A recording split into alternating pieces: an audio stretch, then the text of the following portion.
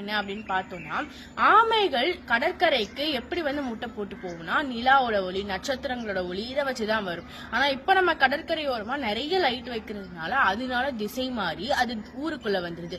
இதை விட என்னன்னா, ஆமைகள் தன்னோட அடுத்த தலைமுறையை காப்பாற்றணும் அப்படிங்கிறதுக்காக தான் கடற்கரையில வந்து முட்டை போட்டு போகுது. ஆனா நம்ம கடற்கரையில போடுற குப்பைகள்னால அது இறந்து போயிருது. இந்த கடற்கரையில இருக்கிற குப்பைகள்ல உணவு தேடி காகங்கள், நாய்கள் இதெல்லாமே வருது. இதுக்கும் இந்த ஆமைகள் பலியாகுது.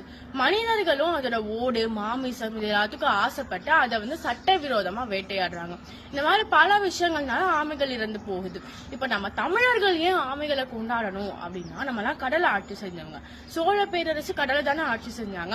அவங்க எப்படி கப்பல்ல போவாங்கன்னா, ஆமை போன வழியை பின்பற்றி தான் போவாங்களாம். அப்ப ஆமை நம்மளோட முன்னோடி. சோழ பேரரசை கொண்டாடுற நாம ஆமைகளை அழிக்கலாமா? இந்த மாதிரி ஆமைகளை காப்பாற்றுறதுக்காகவே ஏற்றி அமைப்பு, நடேசன் ஐயா இந்த மாதிரி பல பேர் வந்து உதவி செஞ்சுக்கிட்டு இருக்காங்க. நம்மளும் அவங்களுக்கு உதவி செஞ்சு கடல் ஆமைகளை காப்பாற்றுவோம். நன்றி.